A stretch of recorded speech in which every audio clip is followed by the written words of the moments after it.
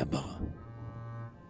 Taisez-vous, ô mon cœur, taisez-vous, ô mon âme, et n'allez plus chercher de querelle au sort. Le néant vous appelle et l'oubli vous réclame. Mon cœur, ne battez plus, puisque vous êtes mort. Mon âme, repliez le reste de vos ailes, car vous avez tenté votre suprême effort. Vos deux linceuls sont prêts, et vos fausses jumelles ouvrent leur bouche sombre au flanc de mon passé, comme au flanc d'un guerrier de blessures mortelles. Couchez-vous tout du long dans votre lit glacé, puis avec vos tombeaux que va recouvrir l'herbe, votre souvenir être à jamais effacé. Vous n'aurez pas de croix, ni de marbre superbe, ni d'épitaphe d'or ou quelque saule en pleurs. Laisse les doigts du vent éparpiller sa gerbe. Vous n'aurez ni blason, ni chant, ni vers, ni fleurs. On ne répandra pas les larmes argentées sur le funèbre drap, noir manteau des douleurs. Votre convoi muet, comme ceux des athées, sur le triste chemin rampera dans la nuit. Vos cendres sans honneur seront au vent jetées. La pierre qui s'abîme en tombant fait son bruit, mais vous tomberez sans que l'onde s'émeuve, dans ce gouffre sans fond où le remords nous suit. Vous ne ferez pas même un seul rond sur le fleuve. Nul ne s'apercevra que vous soyez absent. Aucune âme ici-bas ne se sentira veuve. Et le chaste secret du rêve de vos ans périra tout entier sous votre tombe obscure, où rien n'attirera le regard des passants. Que voulez-vous? Hélas, notre mère nature, comme toute autre mère, a ses enfants gâtés, et pour les malvenus, elle est avare et dure. Aux uns tous les bonheurs et toutes les beautés, l'occasion leur est toujours bonne et fidèle. Ils trouvent au désert des palais enchantés. Ils têtent librement la féconde mamelle. Les chimères à leur voix s'empressent de courir, et tout l'or du pactole entre leurs doigts ruisselle. Les autres moins aimés ont beau tordre et pétrir, avec leurs maigres mains la mamelle tarie, leurs frères ébu le lait qui les devait nourrir. S'y éclot quelque chose au milieu de leur vie, une petite fleur sous leur pâle gazon, le sabot du vacher leur a bientôt flétri. Un rayon de soleil brille à leur horizon, il fait beau dans leur âme. À coup sûr, un nuage avec un flot de pluie éteindra le rayon. L'espoir le mieux fondé, le projet le plus sage, rien ne leur réussit. Tous les trompent et leur ment. Ils se perdent en mer sans quitter le rivage. L'aigle, pour le briser, du haut du firmament, sur leur front découvert lâchera la tortue, car ils doivent périr inévitablement. L'aigle manque son coup, quelques vieilles statues, sans tremblement de terre, on ne sait pas pourquoi, quittent son piédestal, les écrase et les tue. Le cœur qu'ils ont choisi ne garde pas sa foi. Leur chien même les mord et leur donne la rage. Un ami jurera qu'ils ont trahi leur roi. Fils du Danube, ils vont se noyer dans le Tage. D'un bout du monde à l'autre, ils courent à leur mort. Ils auraient pu du moins s'épargner le voyage. Si dur qu'il soit, il faut qu'ils remplissent leur sort. Nul n'y peut résister. Et le genou d'Hercule, pour un pareil athlète, est à peine assez fort. Après la vie obscure, une mort ridicule. Après le dur grabat, un cercueil sans repos, au bord d'un carrefour où la foule circule. Il tombe inconnu de la mort des héros, et quelque ambitieux, pour se hausser la taille, se fait effrontément un socle de leurs os.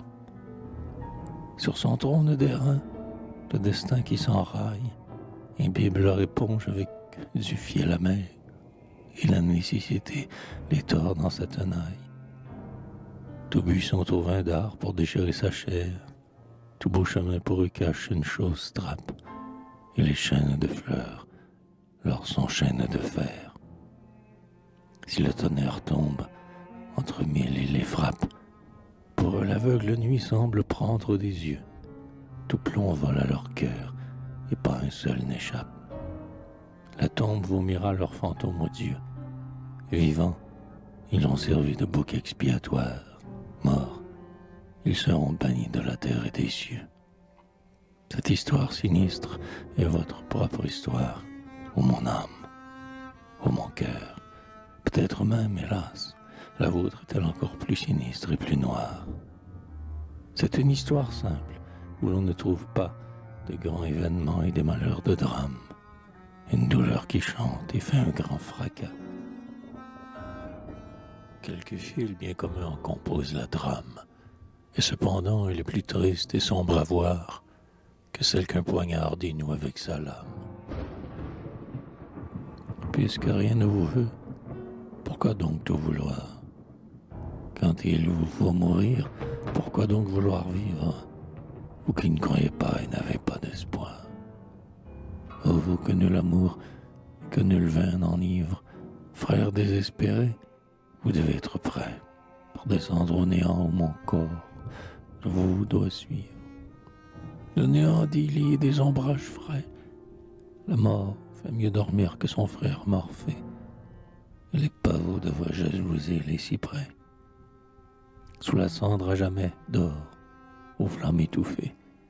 Orgueil, courbe ton front jusque sur tes genoux, comme un cid captif qui supporte un trophée. Cesse de te réduire contre le sort jaloux. Dans l'eau du noir l'été, plonge de bonne grâce, et laisse à ton cercueil planter les derniers clous. Le sable des chemins ne garde pas ta trace. L'écho ne redit pas ta chanson, et le mur ne veut pas se charger de ton ombre qui passe. Pour y graver un nom, ton airain est bien dur, aux Corinthes, et souvent froide et blanche Carrare, le ciseau ne mord pas sur ton marbre si pur. Il faut un grand génie avec un bonheur rare pour faire jusqu'au ciel monter son monument, et de ce double don le destin est avare. Hélas, et le poète est pareil à l'amant, car ils ont tous les deux leur maîtresse idéale, quelques rêves chéris caressés chastement. Eldorado lointain, pierre philosophale, qu'ils poursuivent toujours sans l'atteindre jamais. Un astre impérieux, une étoile fatale. L'étoile fuit toujours, il lui court après, et, le matin venu, la lueur poursuivie, quand ils la vont saisir, s'éteint dans un marais. C'est une belle chose et digne qu'on l'envie, que de trouver son rêve au milieu du chemin, et d'avoir devant soi le désir de sa vie. Quel plaisir quand on voit briller le lendemain le baiser du soleil aux frêles colonnades du palais que la nuit éleva de sa main. Il est beau qu'un plongeur, comme dans les ballades, descende au gouffre amer chercher la coupe d'or et perce, triomphant, les vitreuses arcades. Il est beau d'arriver où tendait votre essor, de trouver sa beauté, d'aborder à son monde, et quand on a fouillé, d'exhumer un trésor.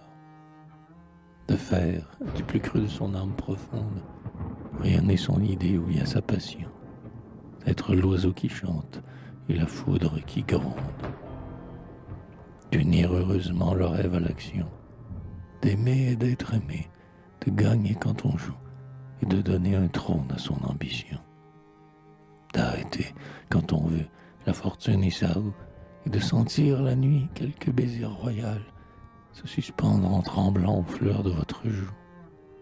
Ceux-là sont peu nombreux dans notre âge fatal. Polycrate aujourd'hui pourrait garder sa bague, nul bonheur insolent n'ose appeler le mal. L'eau s'avance et nous gagne, et pas à pas la vague, montant les escaliers qui mènent à nos tours, mêle au chant du festin son chant confus et vague. Les phoques monstrueux, traînant leur ventre lourd, viennent jusqu'à la table, et leurs larges mâchoires s'ouvrent avec des cris et des grognements sourds. Sur les autels déserts des basiliques noirs, les saints, désespérés et reniant leur Dieu, s'arrachent à plein poing l'or chevelu des gloires. Le soleil désolé penchant son œil de feu, pleure sur l'univers une larme sanglante. L'ange dit à la terre un éternel adieu. Rien ne sera sauvé, ni l'homme ni la plante. L'eau recouvrira tout, la montagne et la tour, car la vengeance vient, quoique boiteuse et lente. Les plumes s'useront aux ailes du vautour, sans qu'il trouve une place où rebâtir son air, et du monde 20 fois il refera le tour.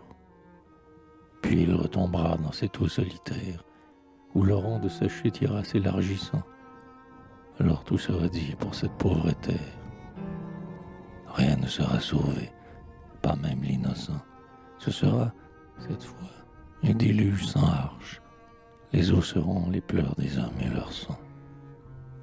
Plus de mont Ararat, tout se pose en sa marche.